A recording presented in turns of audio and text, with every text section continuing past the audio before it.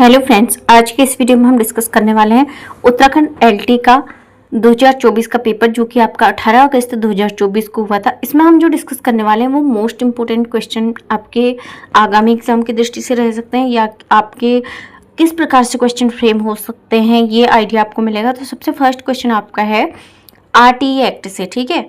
तो ये सीडीपी के सेक्शन, जो फर्स्ट सेक्शन आपका रहता है सीडीपी का, उससे डिस्कस कर रहे हैं। तो सीडीपी के आपके 30 सवाल यहाँ पे पूछे जाएंगे। सबसे फर्स्ट सवाल आपका यहाँ पे है, आरटीई एक्ट के अनुसार घर शिक्षा प्राप्त करने का अधिकार किसे दिया गया है। तो बहुत सारे ऐसे बच्चे होते हैं, विकलांग दिव्यांग बच्चे, जो कि स्कूल में एजुकेशन के लिए नहीं आ सकते हैं।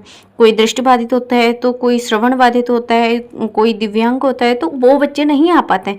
तो जो बहुविकलांगता से ग्रसित बच्चे होते हैं या गंभीर विकलांगता वाले बच्चे होते हैं, पहले तो कोशिश की जाती है कि बच्चों को स्कूल तक लाया जाए और उनके लिए वो सुविधाएं दी जाए।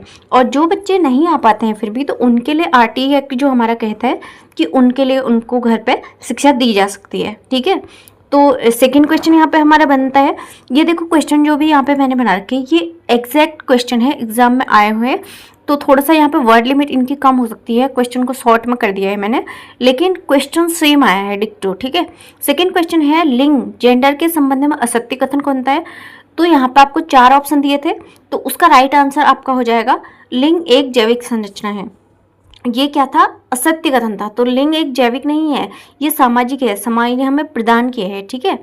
तो स्त्री या पुरुष के आधार पर उन्हें समाज में विभाजित कर दिया गया है, ठीक है। तो इसके बाद जो हम पढ़ेंगे वो कौन सा है, थर्ड क्वेश्चन। तो थर्ड क्वेश्चन है, अनुभव शंकु प्रतिमान cone of experience, cone of experience. तो ये किसने दिया है, एडगर टेले ने दिया है, उनसे ये संबंधित है। कौन सा, cone of experience. Fourth question की बात करेंगे तो गिलफोर्ड के आपका इंटेलेक्चुअल जो इनका मॉडल है, ठीक है, इंटेलेक्ट मॉडल जो है वो उसमें कौन सा डोमेन नहीं है। तो वहाँ पे जो इन्होंने दिए थे 3 डोमेन दिए थे, जो उसमें चौथा डोमेन था तो वो नहीं था। राइट आंसर आपका हो जाएगा वर्बल, यानी कि शाब्दिक। फिफ्थ क्वेश्चन की बात करेंगे तो आश्रम विद्यालय मुख्यतः किसके लिए स्थापित किए जाते हैं। तो आश्रम विद्यालय जो होते हैं वो एसटी लोगों के लिए क्या आते हैं, यानी कि अनुसूचित जनजाति के जो लोग होते हैं उनके लिए मुख्यतः आश्रम विद्यालय स्थापित किए जाते हैं।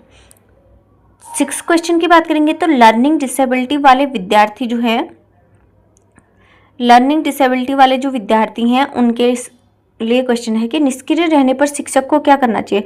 यानी कि कुछ बच्चे जो हैं, आप क्लास में पढ़ा रहे हो, लेक्चर दे रहे हो, बच्चे ध्यान से नहीं पढ़ रहे हैं या उनका ध्यान किसी और चीज़ में, तो आपको क्या करना है, जो भी आप, इसका राइट आंसर हो जाएगा कि शिक्षण को छोटे छोटे चरणों में विभाजित करके सरल बनाएं। देखो, नॉर्मल बच्चा भी कभी कभी ये गलती कर सकता है, और दिव्यांग या विकलांग बच्चे जो होते हैं, लर्निंग डिसेबिलिटी जिन बच्चों में होती है, वो लर्निंग डिसेबिलिटी किसी भी प्रकार की हो सकती है।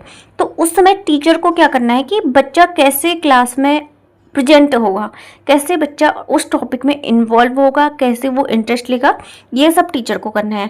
और टीचर कैसे कर पाएगा, जब वो एक्सपर्ट होगा। तो अभी जो हम बात करते हैं वर्तमान में जो हमारी शिक्षा प्रणाली है, तो वो क्या है, इंक्लूसिव एजुकेशन प्रदान करती है। यानी कि समावेशी शिक्षा का मतलब ये है कि उसमें गिफ्टेड चिल्ड्रन भी आपका होगा, नॉर्मल बच्चा भी होगा, एवरेज बच्चा भी होगा, दिव्यांग विकलांग बच्चे भी होंगे, उसके अंदर आपके श्रवण बाधित और आपकी दृष्टि बाधित सभी प्रकार के बच्चे होंगे, ठीक है।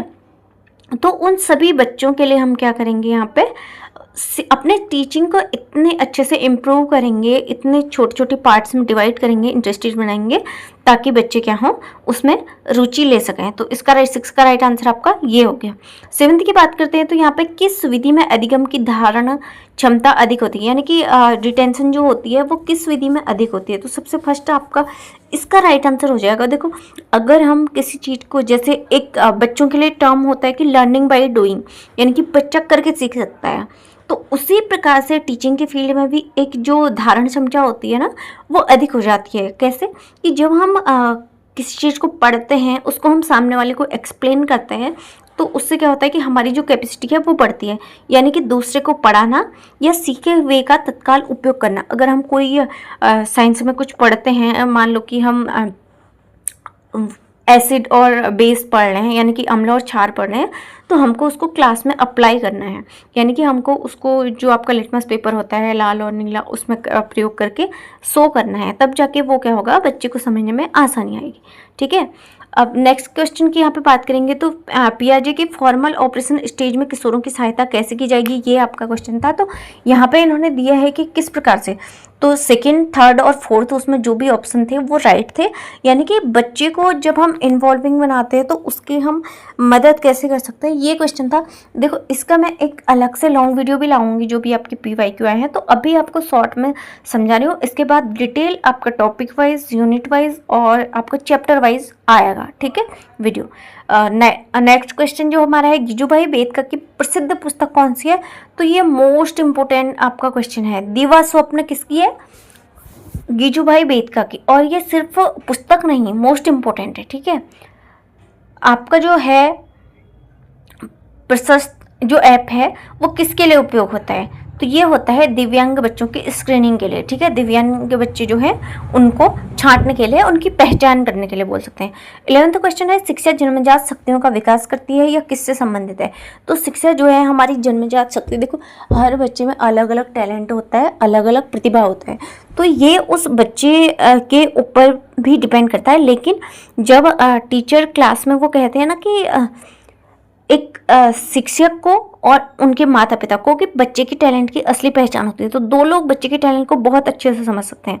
तो शिक्षक का जो विश्लेषणात्मक अर्थ है वो इसी संदर्भ में प्रयोग होता है कि जो जन्मजात शक्तियों का विकास करती है, यानी कि बच्चे के पोटेंशियल को बाहर निकालती है। ठीक है, 12th नंबर के क्वेश्चन पे डिस्कस करेंगे तो इंक्लूसिव एजुकेशन से संबंधित है ये।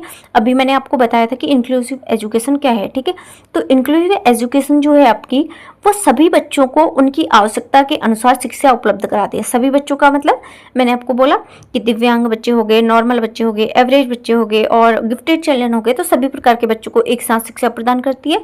और वो शिक्षा कैसे होगी, जब शिक्षक इतना कुशल होगा, उसको हर चीज़ का ज्ञान होगा, चाहे डिजिटल हो या आपका जो ब्रेल लिपि हो, जो भी अलग अलग टेक्निक यूज होती हैं बच्चों को पढ़ाने के लिए, तो वो सब टीचर उसमें निपुण होना चाहिए।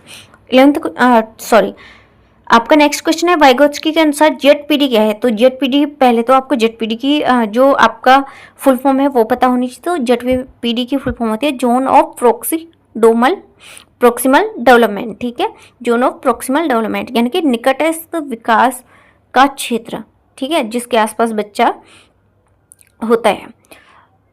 14 नंबर क्वेश्चन है, गार्डनर के मल्टीपल इंटेलिजेंस थ्योरी में कितनी बुद्धियां मानी गई, यानी कि गार्डनर जी जो आपने बुद्धिमत्ता का सिद्धांत दिया था ना, किसने दिया था बुद्धिमत्ता का सिद्धांत, तो ये गार्डनर दिया था।